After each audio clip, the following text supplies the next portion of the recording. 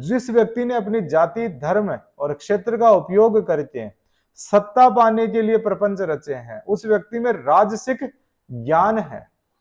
तो आज के जो ज्यादातर राजनेता है उनमें राजसिक ज्ञान है। उन्हें पता है कि किस प्रकार से चुनाव जीता जाता है, उन्हें यह पता है कि किस प्रकार से मंत्री और मुख्यमंत्री बना जाता है।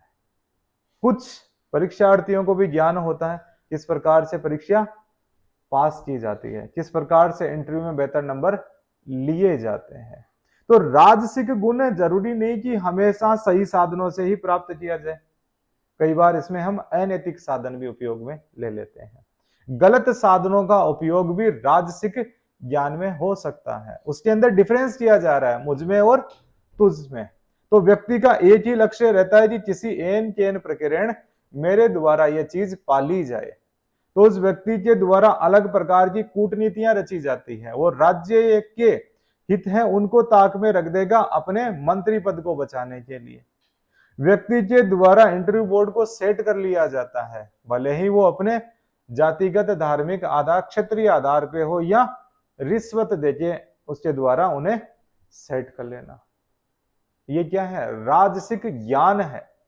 तुझे अभी पता नहीं है, तू इतना होशियार नहीं है, तुझे पता नहीं है कि किस प्रकार से लाइजनिंग बनाई जाती है, किस प्रकार से बेहतरीन जगहों पे पोस्टिंग ली जाती है, किस प्रकार से इंटरव्यू बोर्ड को सेट किया जाता है, किस प्रकार से मंत्री पद पाया जाता है, किस प्रकार से गवर्नमेंट के टेंडर्स लिए जाते हैं, किस प्रकार से हम राज्य के अंदर भागीदारी पा सकते हैं, बोर्ड मेंबर कैसे बना जाता है, चेयरमैन कैसे बना जाता है, तुझे अभी पता नहीं। जैसे ही हम लोग नजर दौड़ाते हैं तो उसके अंदर हम पाते हैं कि लगभग आधे से ज्यादा जो पदों पे आसीन व्यक्ति है वो अयोग्य व्यक्ति है। वास्तव में अयोग्य हम लोगों ने इस आधार पे कहा कि जिस पद पे वो है उस पद के अनुसार उनको जो सत्ता और पावर मिली हुई है, शक्ति मिली हुई है, उसका वो बेहतर तरीके से उपयोग करना ही नहीं जानते, और जानते हैं तो कर नहीं रहे, या वो अपने किसी धर्म जाति के बढ़ावा देने के लिए उस सत्ता और पद का उपयोग कर रहे हैं। तो हम लोग इस आधार पे कह सकते हैं कि वो अयोग्य व्यक्ति है, क्योंकि अयोग्य साधनों द्वारा चुना गया व्यक्ति हमेशा अयोग्य ही होगा। इसकी पूरी पूरी प्रोबेबिलिटी रहती है। कई बार अयोग्य साधनों से बेहतर व्यक्ति भी आ सकता है, इसकी प्रोबेबिलिटी भी रहती है। तो प्रोबेबिलिटी सबकी ही रहती है, लेकिन यहाँ पे दिक्कत यही आती है कि योग्य व्यक्तियों को भागीदारी नहीं मिल पाती, क्योंकि योग्य व्यक्तियों में बहुत सारे सात्विक गुण होते हैं। सात्विक गुणों के अंदर उन्हें यह मालूम नहीं होता कि सत्ता कैसे पाई जाती है, और जब सत्ता पाने का उन्हें तरीका पता नहीं होता तो वो सत्ता में आ नहीं पाते, और उनके बिना सत्ता में आए राज्य का कल्याण संभव नहीं है। राज्य का कल्याण तभी संभव है जब सात्विक व्यक्तियों में यह गुण आ जाए कि सत्ता किस प्रकार से पाई जाती है। उनमें यह गुण इसलिए नहीं आ पाता कि उनको लगता है कि यह थोड़ा सा गलत कर रहा हूं, मैं कभी भी अलग अलग अनैतिक तरीकों से सत्ता पाने की तरफ आगे नहीं बढ़ूंगा। नहीं बढ़ोगे तो भाई साहब आपको सत्ता मिलेगी नहीं। सत्ता मिलेगी नहीं तो आपने जो प्लान बनाए हैं अपने राज्य के लिए, अपने विधानसभा क्षेत्र के लिए, गांव के लिए, वो प्लान पूरे नहीं हो सकते, आपके दिमाग में ही रहेंगे, या उन प्लान्स को आप अपनी कॉपियों किताबों में लिख दो, सोशल मीडिया पे लिख दो। आपको ये तरीका पता होना चाहिए चुनाव कैसे जीते जाते हैं। कुछ लोगों को बहुत ज्यादा, जैसे हम लोग राजनेताओं को भी देख सकते हैं, उनपे 50-50 केस लगे हुए होते हैं। बलात्कार का केस लगा हुआ है, मर्डर का केस लगा हुआ है, ठीक है, चोरी डकैती, यानी इन ऐसे ऐसे क्राइम्स के उनपे केस होते हैं जिन क्राइम्स को हम लोगों ने कल्पना भी नहीं की थी, देखा तो है ही नहीं। इस प्रकार के क्राइम्स उन लोगों के द्वारा किए जाते हैं। फिर भी उन लोगों को ये, उनमें इमोशनल इंटेलिजेंस कह सकते हैं या इंटेलिजेंस बुद्धि कह सकते हैं, कि उन लोगों को ये ज्ञान होता है कि सत्ता कैसे पाई जाती है, वोट कैसे लिए जाते हैं, लास्ट के अंदर ध्रुवीकरण कर दिया जाता है उनके द्वारा। जनता के बीच में जाएंगे, क्या गुट्टी पिला के आएंगे वो वही जानते हैं, ठीक है, क्योंकि उनको राजसिक ज्ञान है, और राजसिक ज्ञान वाले ही राज सत्ता में बैठते हैं। जब वो सत्ता में बैठते हैं तो उनका ज्ञान सत्ता पाने का तो था ही, फिर वहां पे बैठने के बाद में भी उनमें सात्विक ज्ञान थोड़ी आ गया। जो बेसिक ज्ञान था उनका राजसिक ज्ञान, वो राजसिक ज्ञान ही रहेगा। कई व्यक्तियों में वो सात्विकता की तरफ बढ़ जाता है, थोड़ा सा भाव आ जाएगा, कई व्यक्तियों में वो तामसिक ज्ञान की तरफ बढ़ जाता है, तामस की तरफ बढ़ जाता है। जब व्यक्तियों में राजसिक ज्ञान रहेगा सत्ता पे काबिज व्यक्तियों में, तो वो व्यक्ति क्या करेंगे, उस सत्ता का उपयोग अपने फायदे के लिए करेंगे। सैया भये कोतवाल अब डर काहे का, अर्थात परिचित व्यक्ति के बड़े पद पर पहुंच जाने के बाद में गलत तरीके से उसका उपयोग करना। जैसे कि किसी घर के अंदर कोई व्यक्ति कलेक्टर बन जाता है, एमएलए बन जाता है, तो आसपास के सभी सगे संबंधियों को, परिचितों को यह लगता है कि वो भी कलेक्टर बन गए हैं या एमएलए बन गए हैं, चच्चा हमारे विधायक हैं। लाल पट्टी लगा लेंगे, बत्ती तो अब रही नहीं।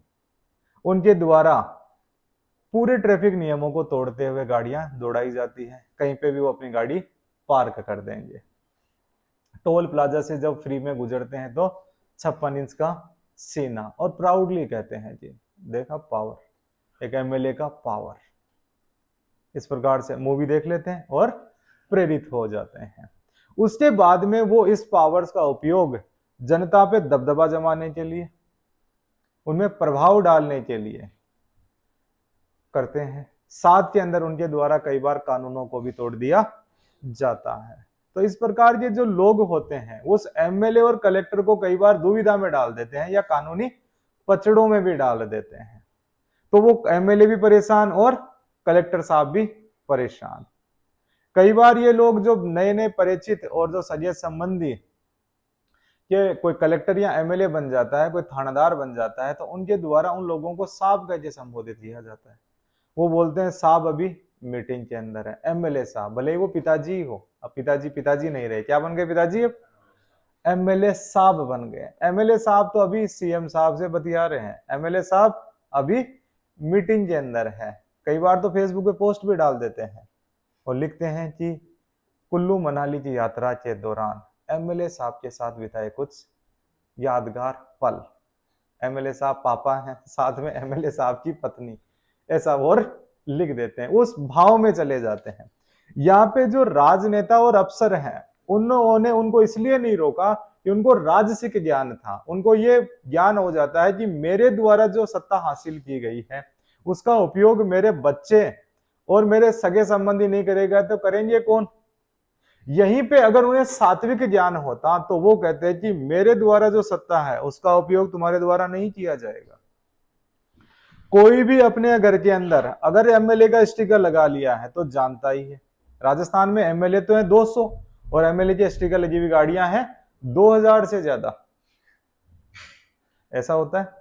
यानी कि हर कोई व्यक्ति एमएलए है, चचा हमारे विधायक हैं। इस स्थिति के अंदर हम लोग पहुंच गए हैं।